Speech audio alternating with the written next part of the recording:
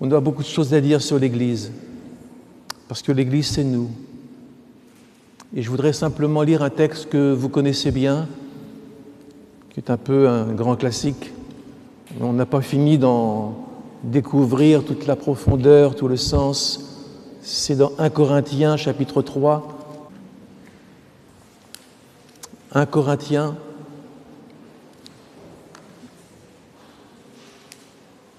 chapitre 3 et verset 9.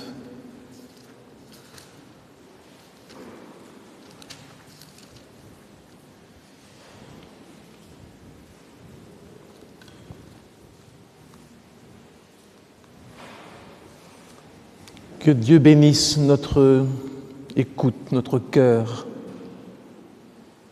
que nous entendions sans laisser tomber à terre les enseignements précieux. Dieu ne parle pas pour rien dire, qu'on l'écoute. Nous sommes ouvriers avec Dieu. On ne fait pas ce qu'on veut, hein. On est avec le patron, le chef. Vous êtes le champ de Dieu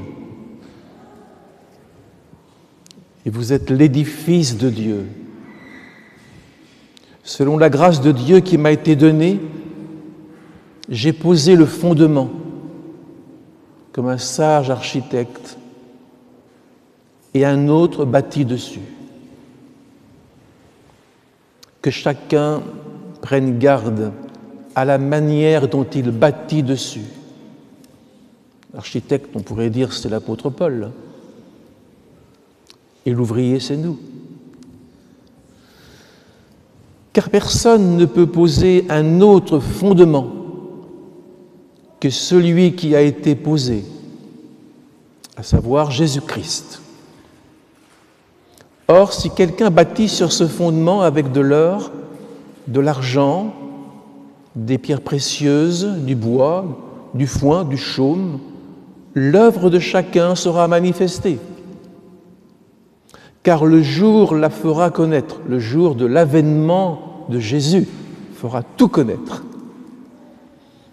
Parce qu'elle se révélera dans le feu, et le feu éprouvera ce qu'est l'œuvre de chacun. Si l'œuvre bâtie par quelqu'un sur le fondement subsiste, il recevra une récompense.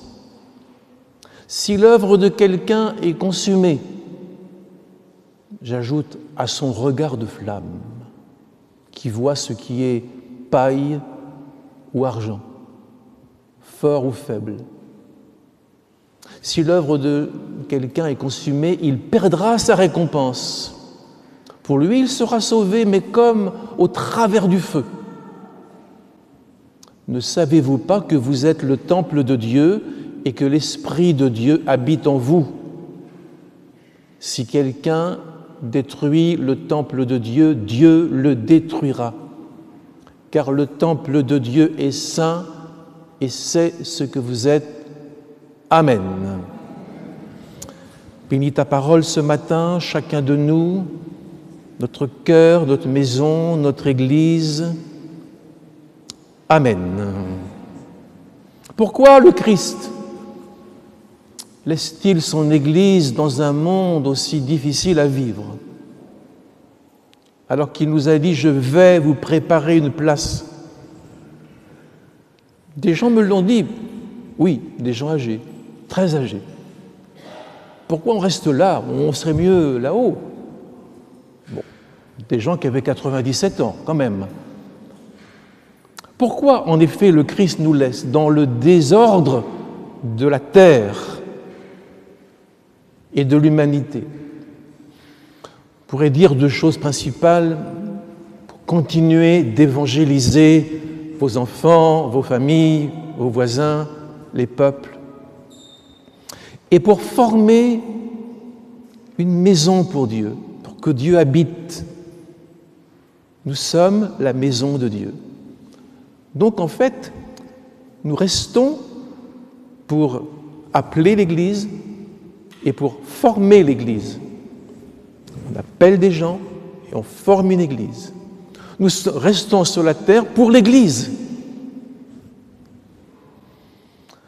Nous sommes là pour bâtir avec Jésus. Je bâtirai mon Église. On ne fait pas ce qu'on veut dans l'Église. Quand on fait ce qu'on veut, on fait n'importe quoi. Et on détruit l'Église. Je bâtirai mon Église. Et nous bâtissons aussi. Et l'apôtre dit bien dans ce texte, il faut bâtir avec du durable. La paille, ce n'est pas durable. Un coup de vent, il n'y en a plus. Un coup de feu, il n'y en a plus. Il faut que ça dure à travers le temps, les siècles, jusque là-haut. Et puis nous bâtissons avec de l'or, de l'argent. Ça veut dire quoi? Ça veut dire de la qualité.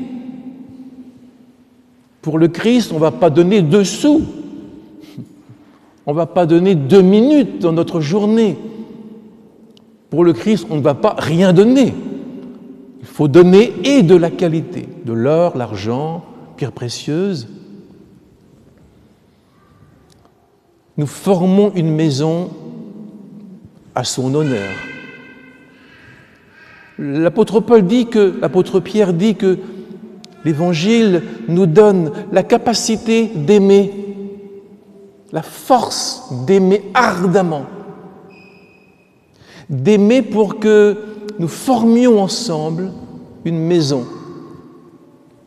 Dans une maison, s'il n'y a pas de l'amour, ça ne va pas durer longtemps. Et dans l'Église, s'il n'y a pas d'amour, l'Église, elle ne tient pas. Mais Pierre affirme, la vérité du Christ nous donne la force d'aimer pour former une maison pour le Saint-Esprit. Cette maison, ce n'est pas des pierres.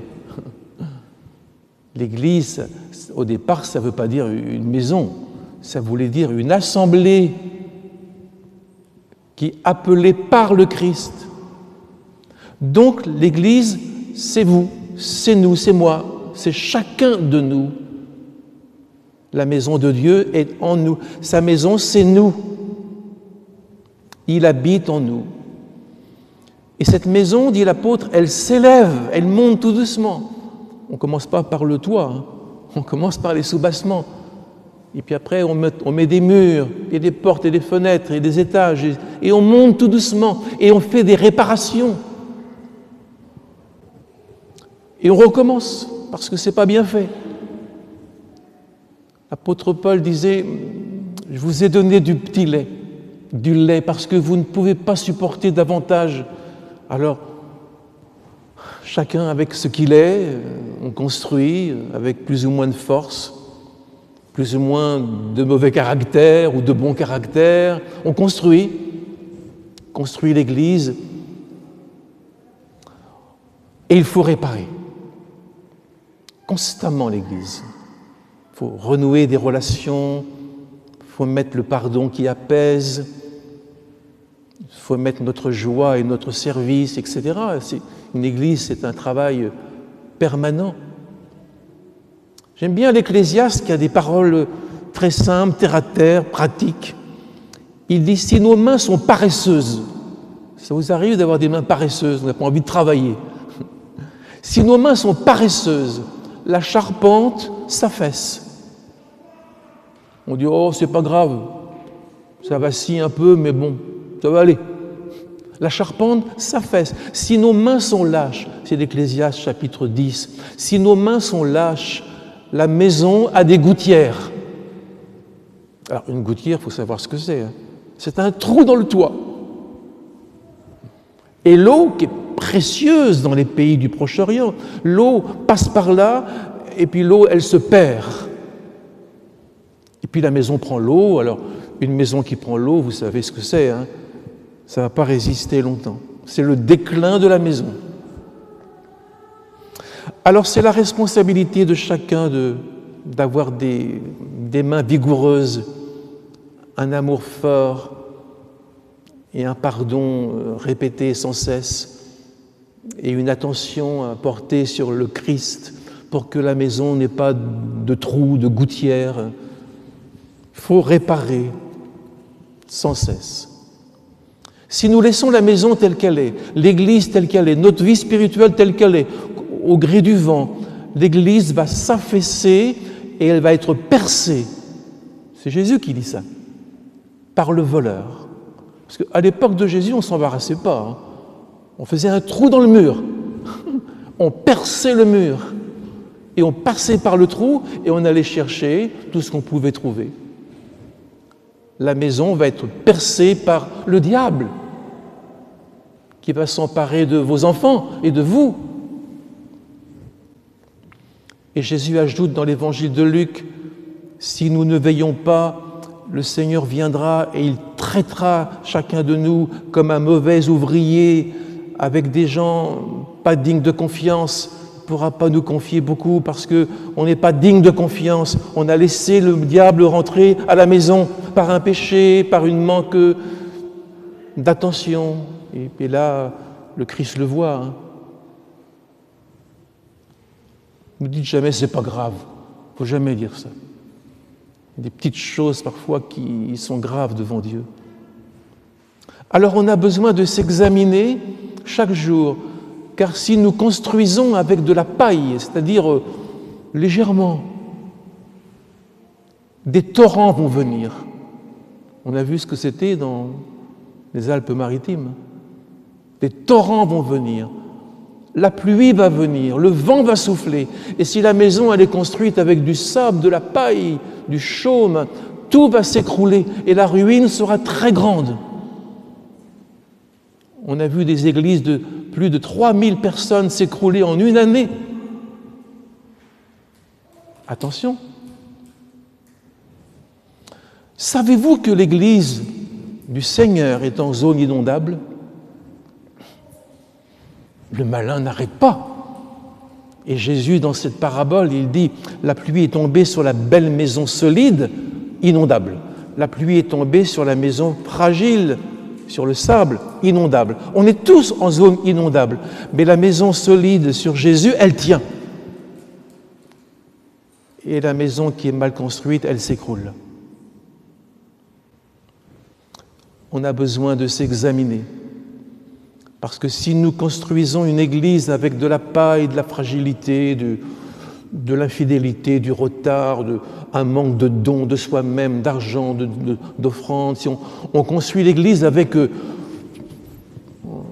rien, nous travaillons contre nos enfants, nous travaillons contre les descendants, nous travaillons contre les personnes de notre génération, les personnes de cette ville. Travaillons contre nous. Notre mission, c'est de regarder, de veiller. Veiller, ça veut dire regarder. On regarde les frères et sœurs qui peut-être sont seuls, pleurent, vacillent, ont des doutes. On regarde ce qu'on peut faire pour eux, on prie pour eux, on les entoure, on agit, on tient l'Église. Je vous rappelle l'histoire du bon samaritain, c'était un peu une image de l'Église. Bon samaritain, il a pris le blessé du chemin qui était là, plus vivant, plus mort que vivant, et il l'a mis sur son âne. Mais il n'a pas dit au blessé, maintenant débrouille-toi. Hein. C'est tout droit à droite, là-bas au fond. Non, il a dû tenir ce blessé sur l'âne. Il a dû encourager le blessé. Il a dû donner les gestes qu'il fallait sans le blesser, sans le heurter, sans lui donner du chagrin. Et il l'a dirigé tout doucement vers une hôtellerie, un hôpital, on pourrait dire hôpital, une hôtellerie, un CHU, on pourrait le dire aussi. Il a fait un travail de charité. Nous sommes les ouvriers du Seigneur et on doit déjà commencer par tenir les blessés. Il faut bien les tenir. C'est déjà le commencement de l'exaucement, ça. Parfois on prie pour les gens puis on ne fait rien pour eux. On prie puis finalement on les laisse. Mais quand on les tient, c'est le commencement de l'exaucement. Et on le tient jusqu'au bout. Je vous rappelle aujourd'hui, ma sœur, parce que je ne vous ai pas vu dimanche, je vous appelle aujourd'hui parce que je sais que vous n'êtes pas bien. On tient. Si nous tenons comme cela, je pense que le Seigneur tiendra aussi sa promesse. La Bible dit, les apôtres étaient chaque jour au temple. Et certains qui viennent au culte une fois tous les 4 mois. Je ne sais pas s'ils savent que le Seigneur est là, présent, au milieu de son Église. Les apôtres étaient chaque jour au temple, tous. Et ils priaient, et ils témoignaient. Et, virgule, le Seigneur ajoutait chaque jour des âmes à son Église. Si on fait notre part, Dieu fera sa part. Chaque jour, soyons à l'œuvre, et Dieu sera chaque jour à l'œuvre aussi. Il ajoutait des âmes, ce n'étaient pas des gens qu'on mettait là, qui se demandaient ce qui se passait, qui s'ennuyaient. C'était des gens qui avaient reçu un enseignement. Voilà le Seigneur ce qu'il faisait. Il amenait des gens qui avaient reçu un enseignement solide, qu'ils avaient compris, intégré. Vous êtes forts en lui. Voilà. Ce n'est pas le tout d'avoir des gens pour avoir des gens. Il faut des gens convertis, transformés. Il faut bien construire aujourd'hui, plus que jamais. Parce que l'Église va traverser des épreuves, parce que nos vies traversent des épreuves. Et le prophète Ésaïe disait, malheureuse, battue par la tempête. Oui, l'Église, elle connaît des tempêtes sur elle. Aujourd'hui, quand je vous vois derrière votre masque, je me dis, mais comme il nous manque ce bonheur de partager des paroles, des sourires. Je sais que vous avez des sourires sous votre masque, mais quand même. Alors, il faut être là. Si je me retire, je charge mes frères de plus de travail. Je leur donne du travail. Si je me retire, je leur demande, ça ne se passe pas comme ça, mais un peu. Je leur dis, prenez ma place, puis travaillez plus, puis je vous donnerai pas de paille, vous connaissez l'Exode, vous irez chercher vous-même de la paille, et vous ferez vous-même des briques, et vous travaillerez davantage, et que ça continue, Pauvres frères israélites qui croulaient sous la tâche. Si on se retire, c'est ça.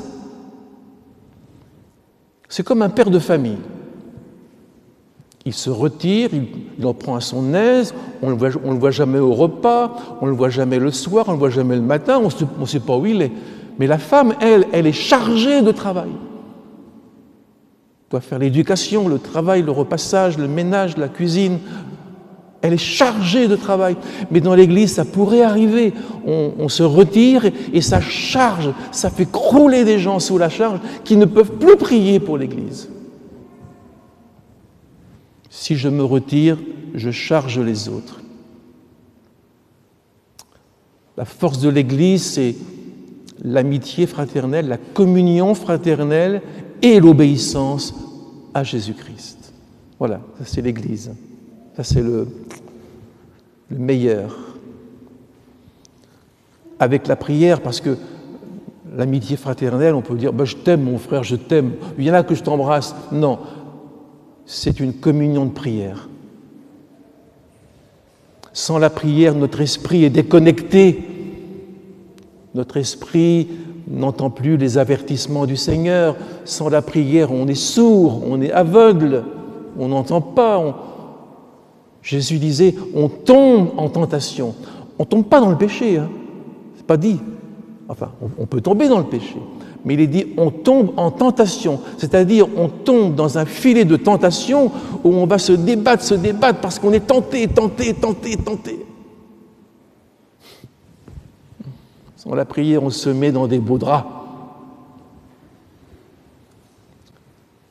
Sans la prière, on ne voit pas l'œuvre de l'ennemi qui s'acharne contre nous. Vous connaissez Gulliver?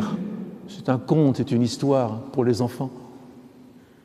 Gulliver, il avait été dans un pays, il ne connaissait pas. Et puis là, il s'est endormi. Toute la nuit, il l'a passé sur le sol, par terre. Là, il dormait, peut-être sur la plage, je ne sais plus. Et toute la nuit, il ne le voyait pas, il dormait profondément, il était bien heureux, Gulliver. Toute la nuit, il y a des petits hommes qu'on appelle des Lilliputiens, 15 cm de haut, des petits bonnes gens, bizarres. C'est un conte, hein, c'est pas vrai. Mais ces petits Lilliputiens, ils ont fait un filet autour de Monsieur Gulliver.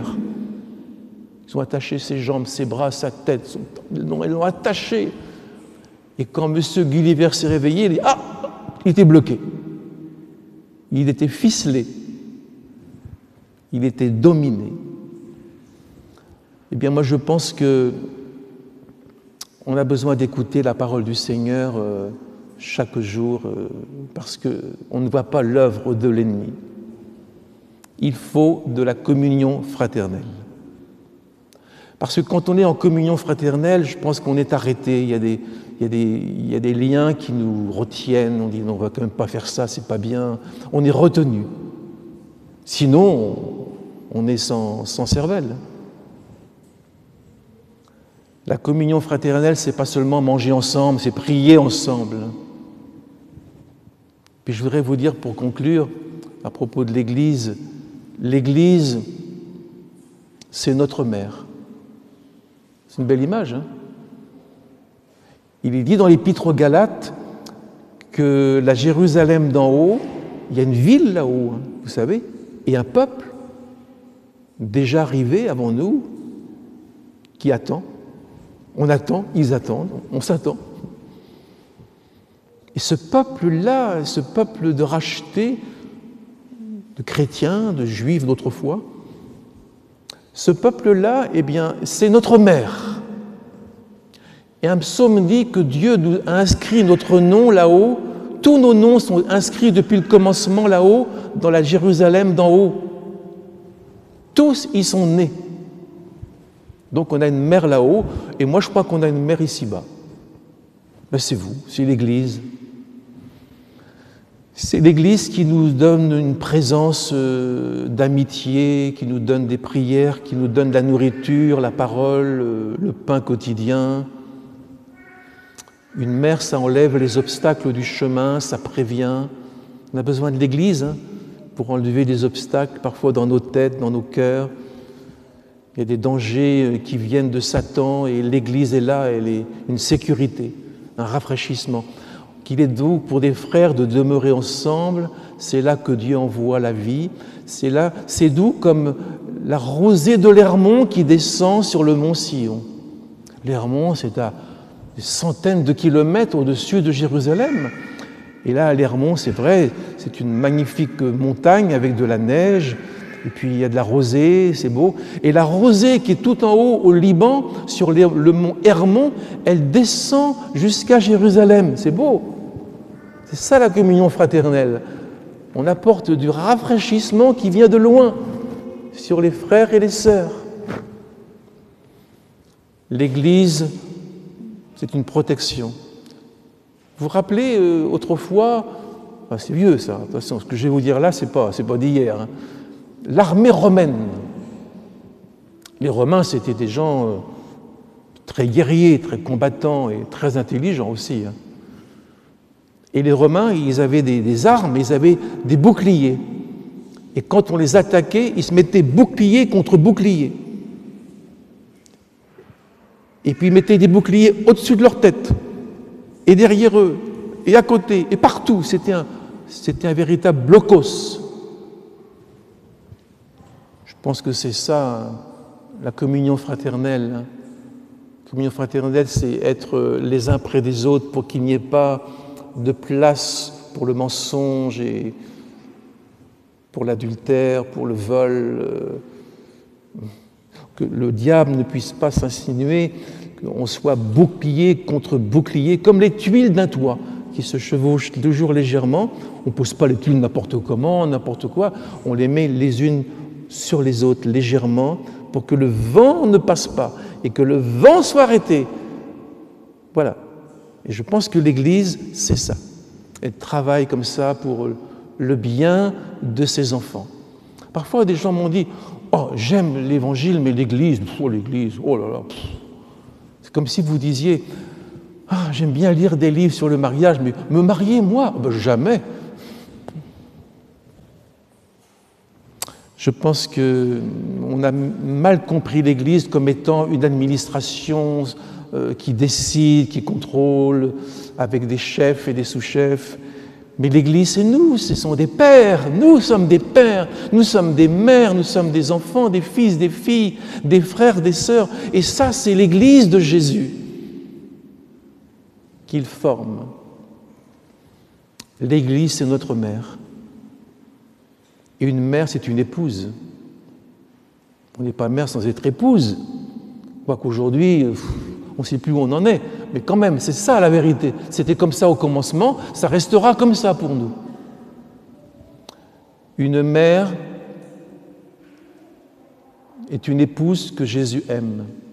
L'Église, Jésus l'aime comme sa femme, comme une épouse. Il en prend soin. Prenons soin de notre Église. Ne négligeons rien sur le plan matériel, d'argent, de construction, de réparation, d'entretien. Tout est important. C'est comme dans votre maison. Tout est important, chaque petit millimètre, ça compte. Et dans l'Église, chaque geste compte. Les millimètres, on n'y pensera plus dans quelques années. Mais l'Église, elle peut être blessée et rester blessée très longtemps. Mais l'Église, elle peut avoir aussi de grandes souffrances. Je pense à la veuve de Naïn,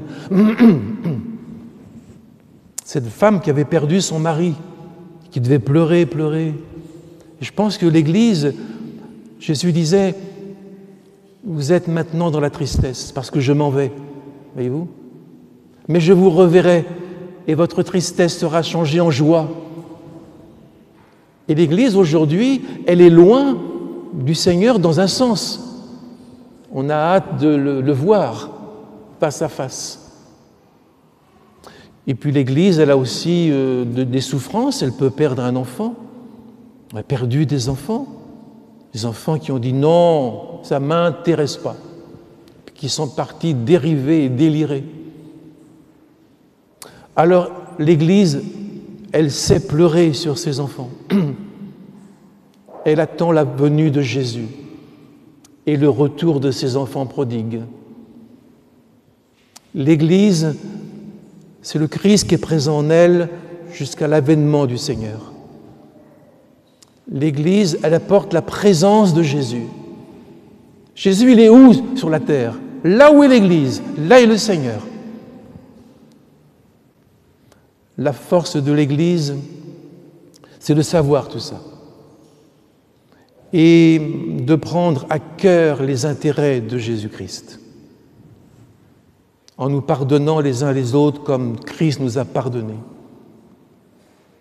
en étant bons et agréables aux autres, en étant unis. La force de l'Église, c'est cette unité.